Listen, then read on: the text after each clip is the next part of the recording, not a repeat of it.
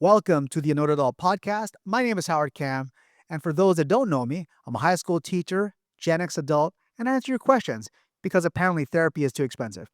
Today, we're diving into three essential topics: hot girls with selective vision, why your kid's brain is basically a TikTok smoothie, and how to support your possibly gay son without turning it into like a pride themed intervention. So if you've ever wondered whether to date someone who's ignored you when you were fat, how to teach math to a squirrel with an iPhone, or how to say I love you without making your kid sprint into the closet and slam the door, yeah, you're in the right place. Here we go.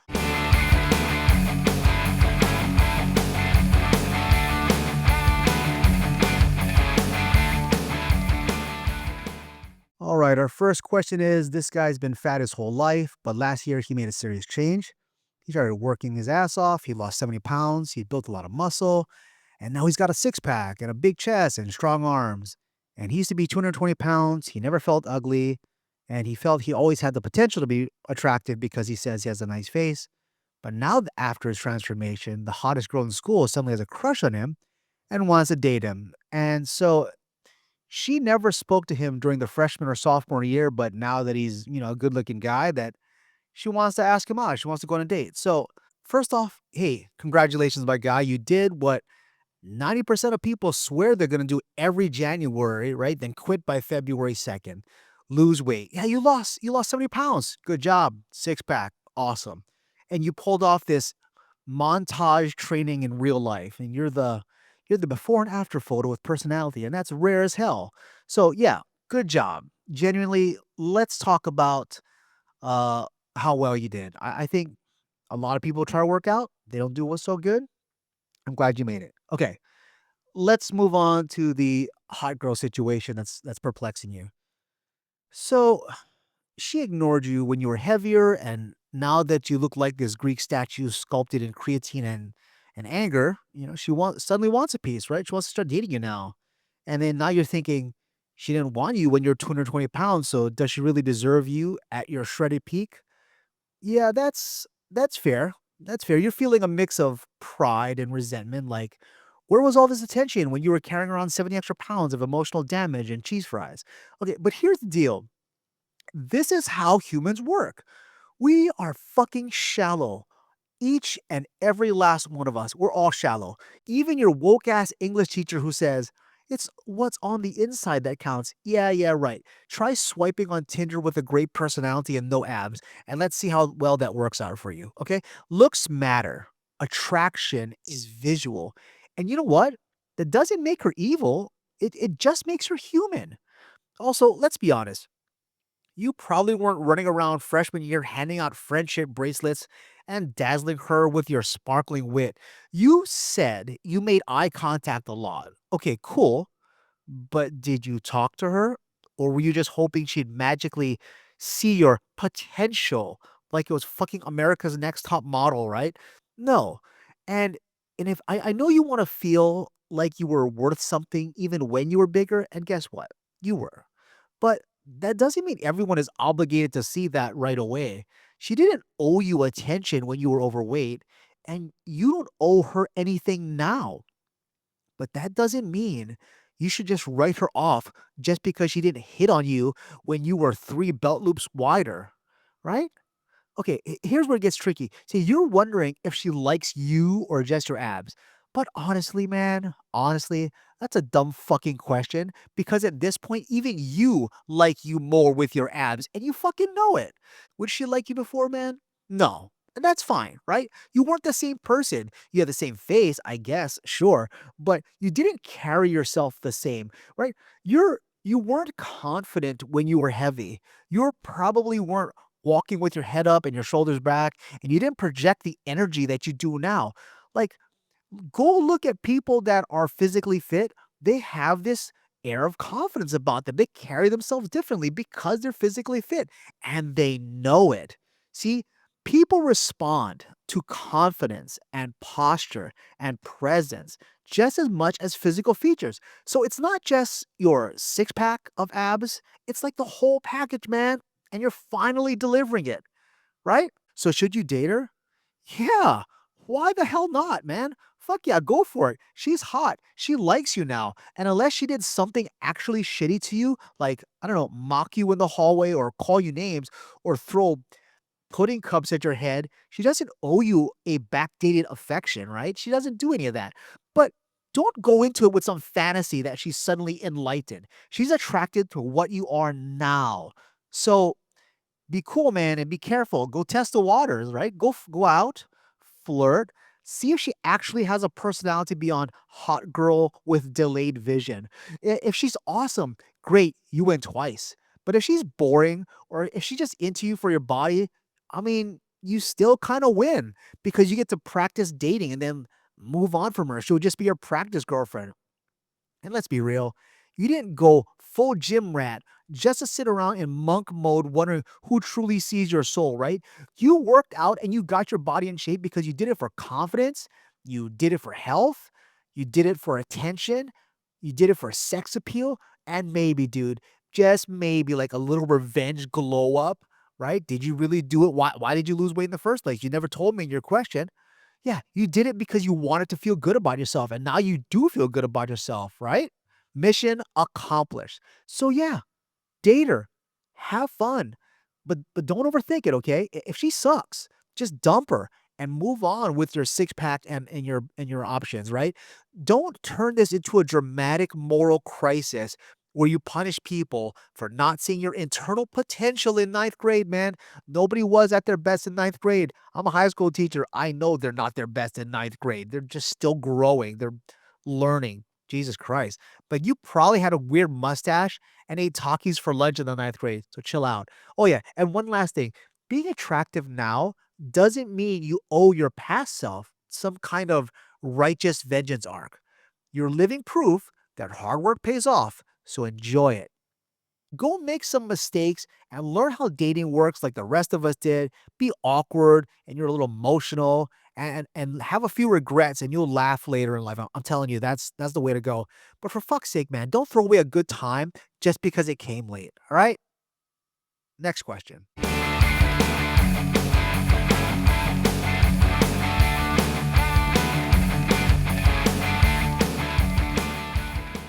Our next question is, what is the hardest part of teaching right now? I think the hardest part of teaching right now has got to be attention span, or more accurately, the complete annihilation of attention span. We're talking attention spans so short, they make fucking TikTok seem like a goddamn feature length film. You know what? I get it.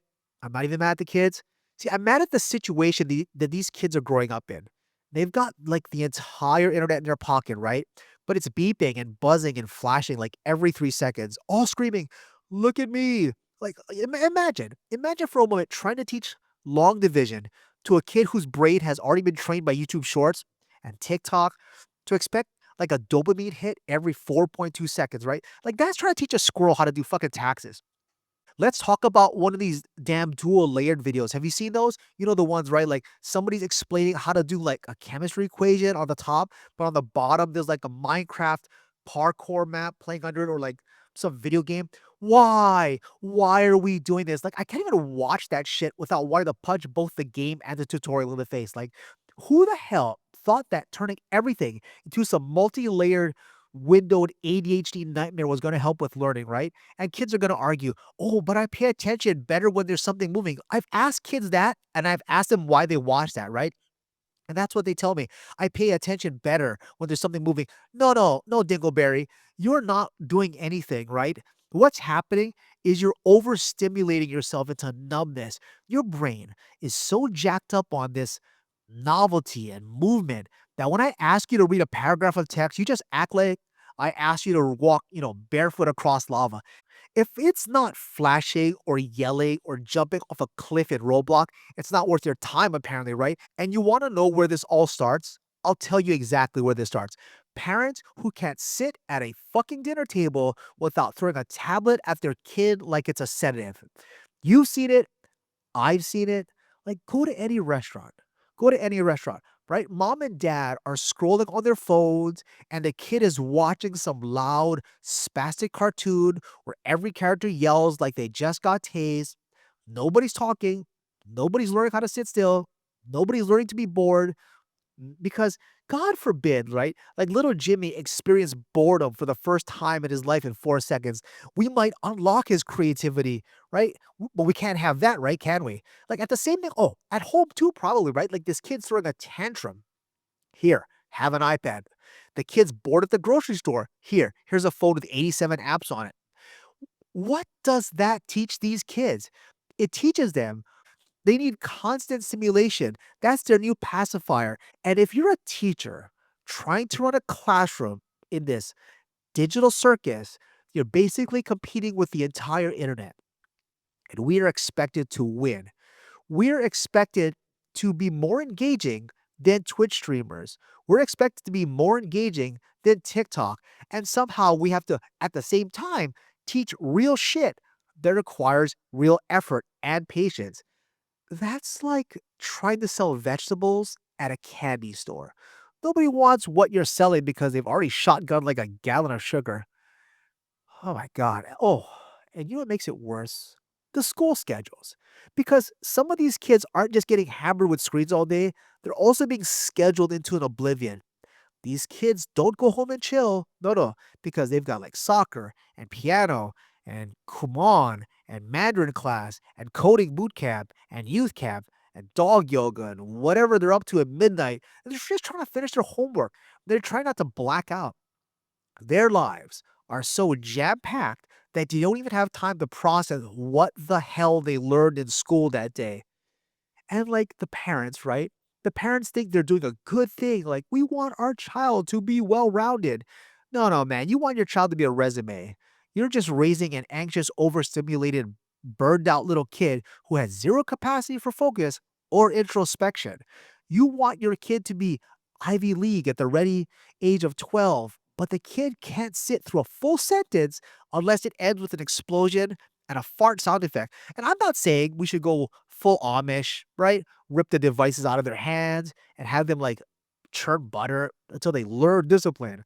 But goddamn, man, can we please stop acting like this is fine? Can we stop pretending like screens all day and noise all day is sustainable for a human being that's really small? Because when I'm standing in front of class, trying to teach them about functions or loops or conditional logic, see, I'm not just fighting distractions, I'm fighting a whole damn culture that's rewired their brains to reject anything that's not instant or loud or glowing. It's not education anymore, man. It's fucking triage. I'm patching attention leaks while this fire hose of TikTok and Fortnite and whatever the new dopamine delivery app is they invented last night is just blasting them in the face. So, yeah, man, that's the hardest part of teaching right now. It's not the curriculum, it's not the workload, it's not even the pay.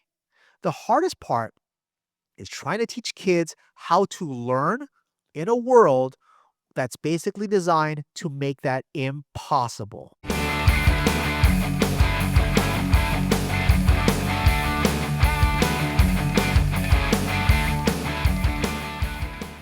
Our question is, how the hell do I let my son know he can come out to me if he's gay without turning it into a Broadway production or accidentally pushing him away by being too obvious?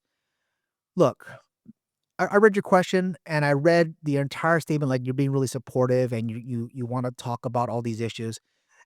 First off, let me just say this. This is probably like the most emotionally intelligent, painfully careful, borderline overthinking parent question I've ever read. And you're basically asking, how do I tell my kid that I love him without freaking him the fuck out? And for once, I'm not even annoyed. I'm actually really impressed. So, congratulations, you reached like the Jedi parenting level. Okay, let's unpack your question. You say you're clocking every tiny moment, like he hesitates when someone says girlfriend, he lights up when he talks about his friends. He said he likes style, but didn't clarify if it was a masculine or feminine style. And you're trying to do emotional forensics on this poor kid. Here's the first truth bomb, right? It's none of your business. And I don't mean like that stay out of his room kind of way. I mean that in the who the hell cares kind of way. If your son is gay, straight, bi, trans, asexual, your job is not to label it. Your job is not to be the asshole about it. Like, that's it. You are already doing a great job and you're not an asshole. And that's like the whole point of your question. You care so much, you're spiraling out of control. You're tiptoeing around this conversation like it's a landmine when what you really want is to just open the damn window and let him know, hey, bud, whatever's going on in your brain or whatever's in your heart, I'm here.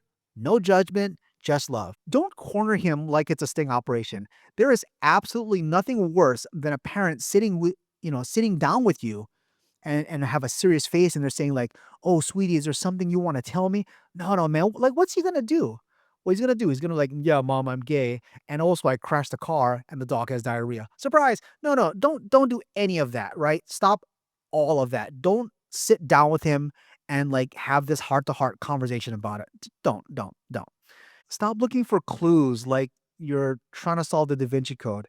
If you're only noticing him lighting up when he talks about his friends, maybe it's because he has actual joy in his life and it's not connected to school or you telling him to clean the bathroom. So just calm down. People light up when they talk about anything that doesn't suck.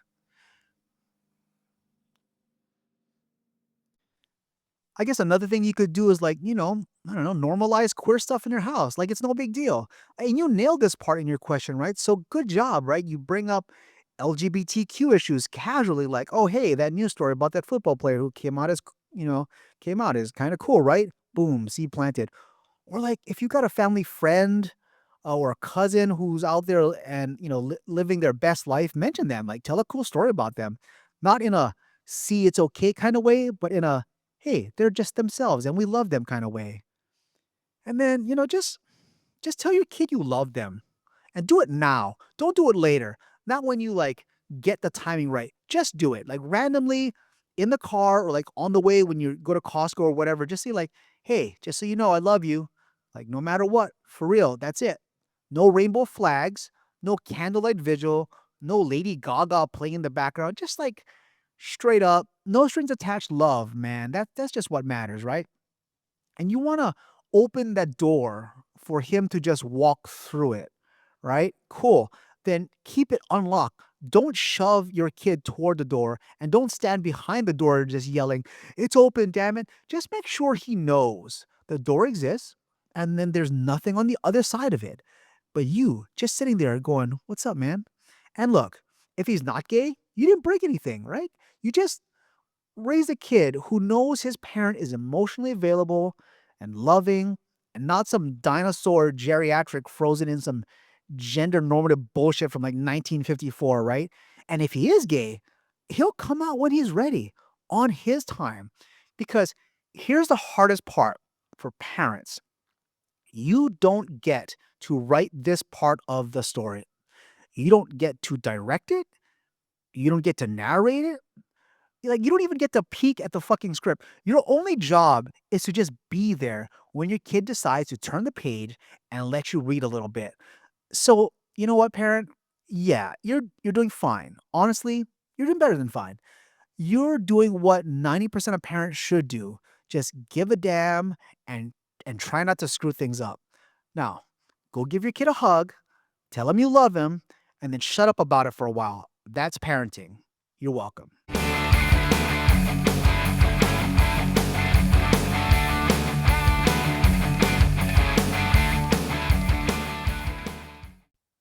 And that, my friends, is all the annoyed adulting we have time for today. I hope my unfiltered thoughts gave you a laugh, a nod of agreement, or at least made you feel a little less alone in your daily annoyances. Remember, if you've got a burning question, a perplexing situation, or just something that you really want to grind your gears about, send them my way. You can find details on how to submit your questions in the show notes. And don't forget, you can find the Annoyed Adult Podcast on Spotify, Apple Podcasts, or wherever you get your podcasts. Till next time, stay annoyed, stay awesome, and I'll see you later. Aloha.